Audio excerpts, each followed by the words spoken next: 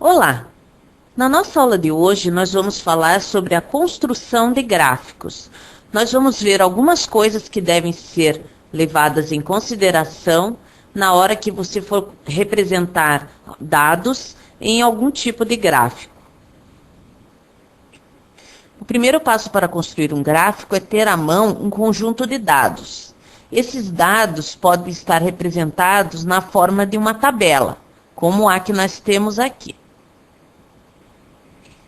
Aqui, por exemplo, nós preenchemos a tabela com as idades de algumas crianças. E nós podemos, então, representar essas idades num gráfico de colunas.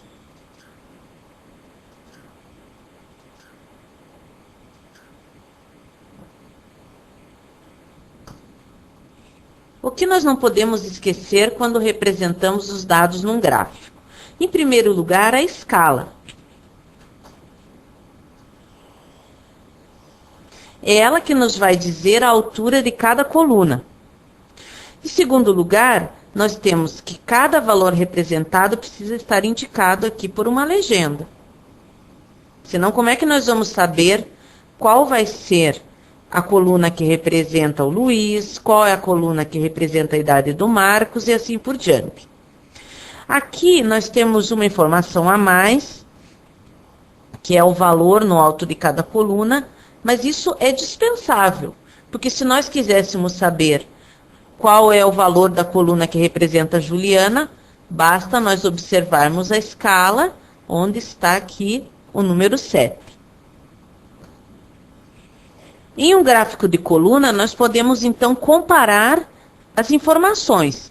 É fácil verificar, por exemplo, quem é o mais velho. Eu olho qual é a coluna mais alta e vejo através da legenda, que é a Fernanda. Quem é o mais novo? É o Luiz. E assim por diante.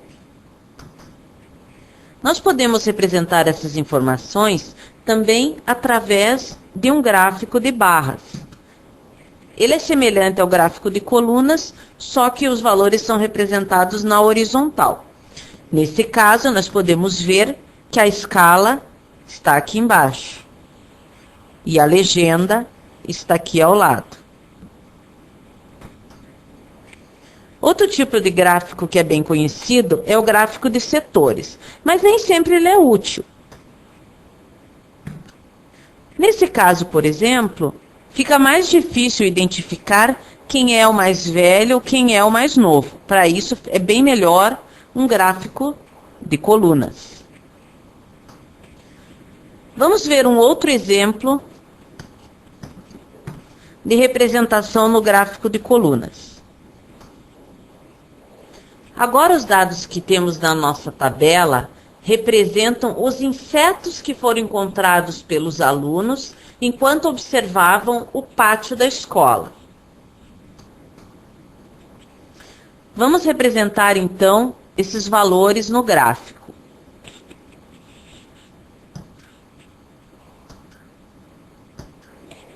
E aqui nós chegamos a um problema. A nossa coluna, que representa a escala, vai até 10, mas nós temos 15 formigas. Isso quer dizer que, ao fazer o gráfico, nós temos que ter uma escala maior. Aqui nós temos, então, uma escala que vai até 50, para podermos representar um maior valor, que vai até 15.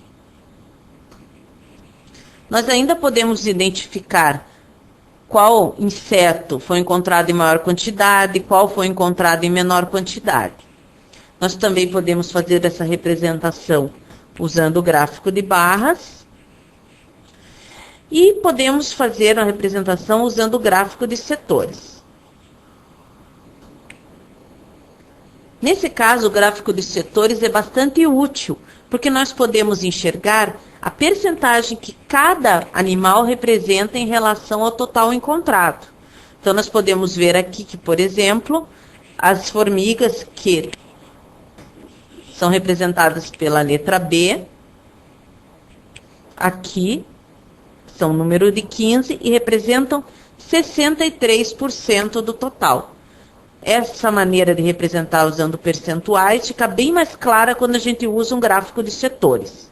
Vocês vejam que a legenda aqui, além da cor, foi colocada uma letra, mas isso não é absolutamente necessário. A cor já indica claramente qual é cada animal. E aqui embaixo nós temos uma legenda indicando os percentuais e também os valores absolutos, que são as quantidades. Aqui, ó, 1, 2, 4, 15 e 2. Recapitulando, então, nós podemos fazer diferentes tipos de gráficos para mostrar uma sequência de dados. Para isso, nós precisamos ter os dados e ajuda bastante eles estarem organizados em uma tabela. Nós não podemos esquecer de prestar atenção na escala que vamos utilizar e também ter legendas para indicar cada dado representado. Em algumas situações é importante usar o gráfico de setores, porque ele pode mostrar a percentagens dos valores em relação ao total. Terminamos aqui a nossa aula, então. Um abraço.